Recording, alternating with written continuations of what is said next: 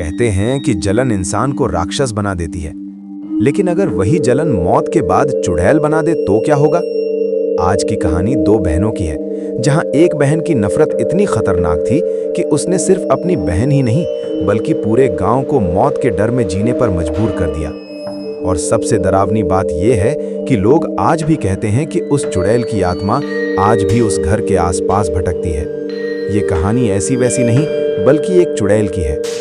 आज से 500 वर्ष पुरानी बात है कि एक बूढ़े आदमी की दो बेटियां थीं। एक का नाम नैना और दूसरी का नाम तारा था। दोनों एक दूसरे से बहुत जलती थीं। अगर बाप एक को कोई चीज लाकर देता तो दूसरी पागल हो जाती। काफी समय तक ऐसा ही चलता रहा। पिता भी चाहता था कि उनकी दूरियां खत्म हो जाएं, पर ऐसा नहीं हुआ। संयोग से नैना की शादी हो जाती है, पर तारा की शादी नहीं हो पाती। वो बहुत दुखी हो जाती है। वो चाहती थी कि नैना की भी शादी टूट जाए। तभी तारा नैना के पति और नैना में झगड़े करवाने की कोशिश करती है, पर वो सफल नहीं हो पाती। तकरीबन 2 साल बाद नैना के घर एक छोटा सा बच्चा जन्म लेता है। बच्चा बहुत ही प्यारा होता है। माँ बाप अपने बच्चे को बहुत प्यार करते हैं, पर यह बात तारा को हजम नहीं होती। वो यही सोचती रहती कि उन दोनों में झगड़ा कैसे करवाया जाए, पर हर बार वो असफल रहती। फिर वो सोचने लगी कि अगर मेरी शादी नहीं हुई तो मैं किसी की शादी रहने नहीं दूंगी। अब वो अपनी बहन के साथ साथ लोगों में भी झगड़े करवाने लगी, पर हर बार उसे मुंह की खानी पड़ती। फिर वो धीरे धीरे गांव के सभी बच्चों को मारने लगी। गांव वाले बहुत दुखी हो गए कि उनके बच्चों को कौन मार रहा है। तभी नैना को शक होता है कि इसमें कहीं उसकी बहन तारा का हाथ तो नहीं। वो उसका पीछा करने लगती है। तभी वो देखती है कि तारा उसके बच्चे को ही मारने की कोशिश कर रही है। तभी नैना अपने बच्चे को बचा लेती है। दोनों में काफी हाथापाई होती है और उसी में तारा पहाड़ से नीचे गिरकर मर जाती है। ये बात वो न तो अपने पति से कहती है, न पिता से और न ही गांव वालों से। उसकी लाश को कीड़े मकोड़े खाने लगते हैं और वो गल सड़ जाती है। वो मरकर एक चुड़ैल बन जाती है। उसमें कई शक्तियां आ जाती हैं। पहले पहले वो गांव वालों के बच्चों को खाने लगती है। बाद में वो अपनी बहन की शक्ल चुड़ैल जैसी कर देती है और अपनी शक्ल नैना जैसी बना लेती है अपनी शक्तियों से। फिर वो कहती है कि यही चुड़ैल तारा है, इसे मार डालो।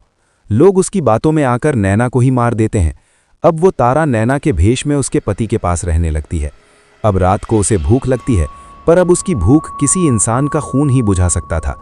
वो रात को बाहर निकलती है। वो देखती है कि एक ड्राइवर बस में लेटा है। वो जल्दी से जाकर उसे मार देती है और उसका खून पी जाती है। सुबह लोग देखते हैं कि ड्राइवर मरा पड़ा है और उसका चेहरा पीला हो गया है। उसमें से खून कहाँ गया किसी को पता नहीं चलता।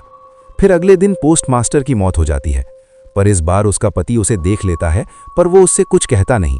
वो अपनी चुड़ैल पत्नी से डरने लगता है। उसे समझ नहीं आ रहा था कि वो इस चुड़ैल से कैसे बचे। वो इतना डरने लगता है कि उस चुड़ैल को उस पर शक होने लगता है। फिर उसे याद आता है कि दूसरे गांव में एक बाबा रहते हैं जो चुड़ैलों को पकड़ लेते हैं। वो बाबा के घर जाता है और पूरी बात बताता है।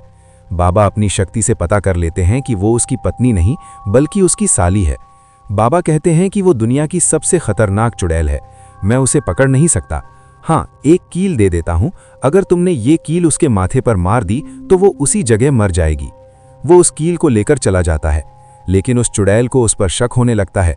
वो अपने पति की जेब में उस कील को देख लेती है और अपने पति को मारने की कोशिश करती है। वो उसे बहुत मारती है। वो चुप हो जाता है।